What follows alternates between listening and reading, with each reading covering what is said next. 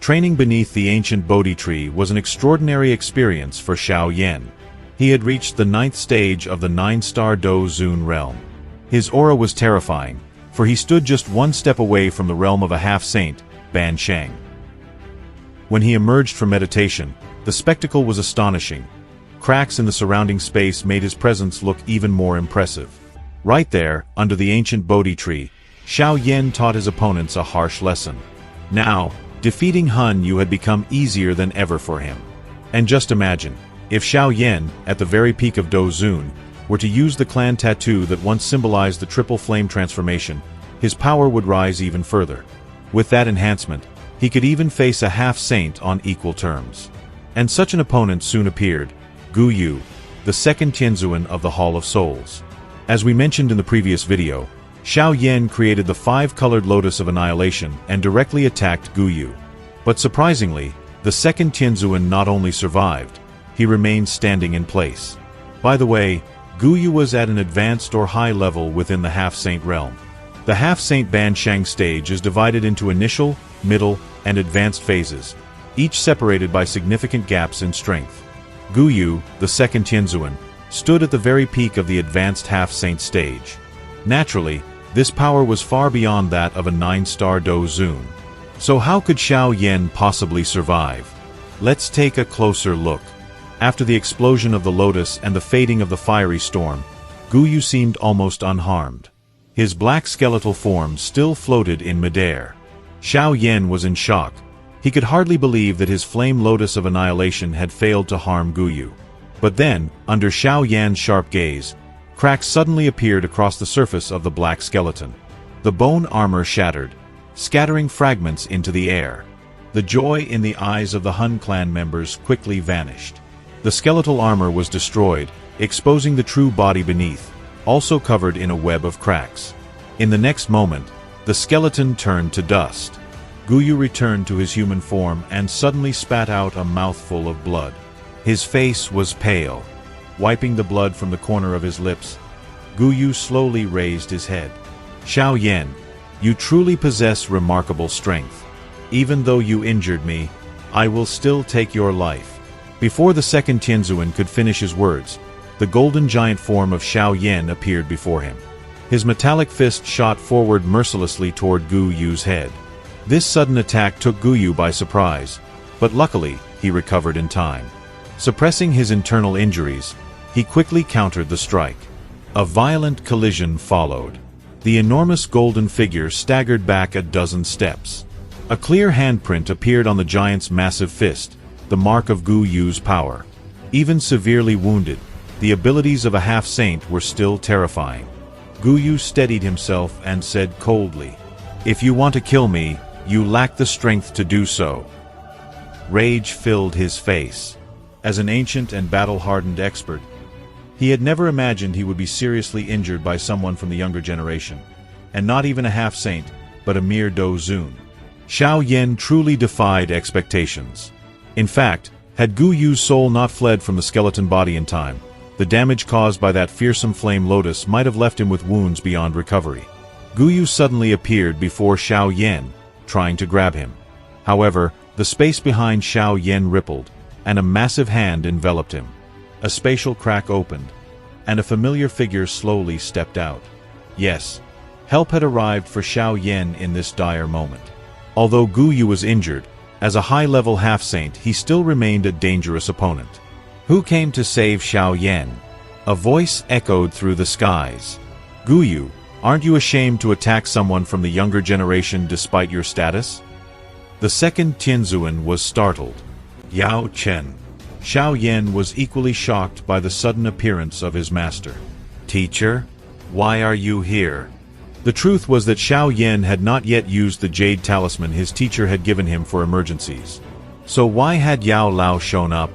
It turned out that Xiao Yan had stayed in the ancient region for far too long, which made Yao Lao uneasy. Thus, he decided to come and check on him personally, and coincidentally arrived right when Xiao Yan was in danger. It seemed as though Yao Lao possessed an uncanny intuition, didn't it? After sensing Xiao Yan's aura, Yao Lao praised him, noting how much his strength had increased in just a few short months. Gu's Sooners group sighed in relief upon seeing Yao Lao appear. And what about Gu Yu, the second Tianzuan? Yao Lao turned his gaze toward him. Bullying a junior doesn't demonstrate your strength. Why don't we fight instead? What do you say? Gu Yu's expression darkened. He and Yao Lao were both experts at the half-saint level. If he were at his peak, he wouldn't have been concerned.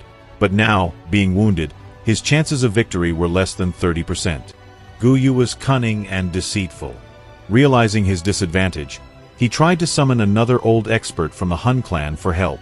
As we know, the Han clan either retreats quickly or calls for stronger reinforcements.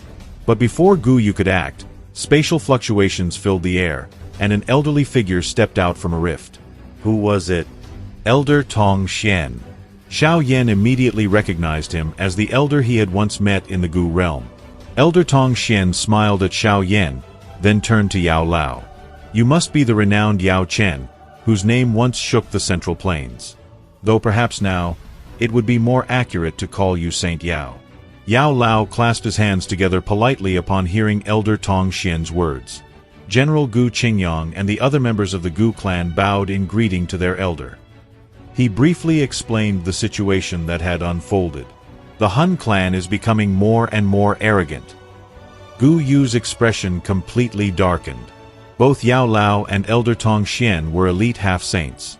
He might not fear the falling star pavilion, but the Gu clan was an ancient and incredibly powerful force, one that even the Hall of Souls had to treat cautiously.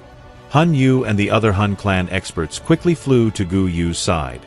Their earlier advantage had completely vanished. Should we call for reinforcements? Han Yu asked. But since they hadn't obtained the Bodhi Heart, they decided to retreat instead. After all, the Gu clan members were present. If the Han clan summoned more experts, the Gu clan would surely respond in kind, leading to a massive conflict with no benefit to either side. This explains why Yao Lao and Elder Tong Xian didn't attack together to kill Gu Yu while he was wounded. A confrontation of that scale could easily trigger an all-out war between clans. So, Gu Yu was left gravely injured by Xiao Yan's Flame Lotus. He could barely maintain his half-saint form. As for the Heavenly Phoenix tribe, they had no wish to become enemies of the Gu clan. Thus, Jiu Feng did not summon reinforcements. Yao Lao and Elder Tong Xian didn't try to stop the Han clan's retreat. They understood that the group likely had more spatial jades that could instantly summon other experts. As usual before leaving, the Han clan threw out a few threats toward Xiao Yan and vanished. But this time, Gu Yu officially declared war on Yao Lao and the Falling Star Pavilion, and we know that this attack would indeed take place later. The Heavenly Phoenix tribe left along with the Han clan. Xiao Yan felt a bit disappointed as he watched them depart. What a pity. Our clash achieved nothing but injuring Gu Yu.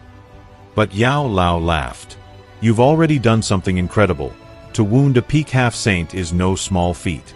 Then he added, there's nothing we can do if they choose to leave. The Han clan is far too powerful. If we pursued them, we might be the ones to suffer in the end. Elder Tong Xian from the Gu clan agreed with him. However, Han Yu's situation turned out to be dire. He was punished harshly by Han Tiandi himself. Han Yu had returned empty-handed, failing to obtain even a single Bodhi seed, let alone the Bodhi Heart. Moreover, his entire team had perished, only he survived. To the Han clan, this was a disgrace and a sign of weakness. Gu Yu and Han Yu both felt immense pressure, for only the clan leader himself, Han Tiandi, could deliver such punishment. Han Yu's fate was especially grim. Though Han Tiandi did not appear in person, he released spiritual chains from afar that bound Han Yu, drew out his soul, and even stripped away his divine blood.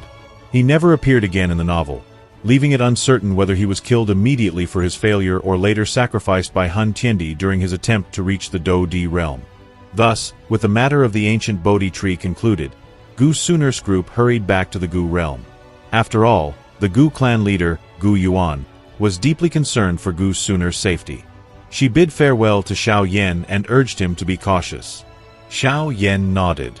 He also understood the immense gap in strength between a superpower like the Han clan and his still-developing Falling Star Pavilion. Xiao Yan decided that once he returned, he would immediately enter seclusion to refine the Bodhi Heart and advance to the Saint Realm. Otherwise, When the Hun clan launched its attack, the Falling Star Pavilion would be in grave danger. As Gu Sunur's group disappeared from sight, Xiao Yan sighed. Leaving the boundaries of the ancient wasteland, it was time to return to the Falling Star Pavilion. And thus, the Bodhi Tree arc came to an end.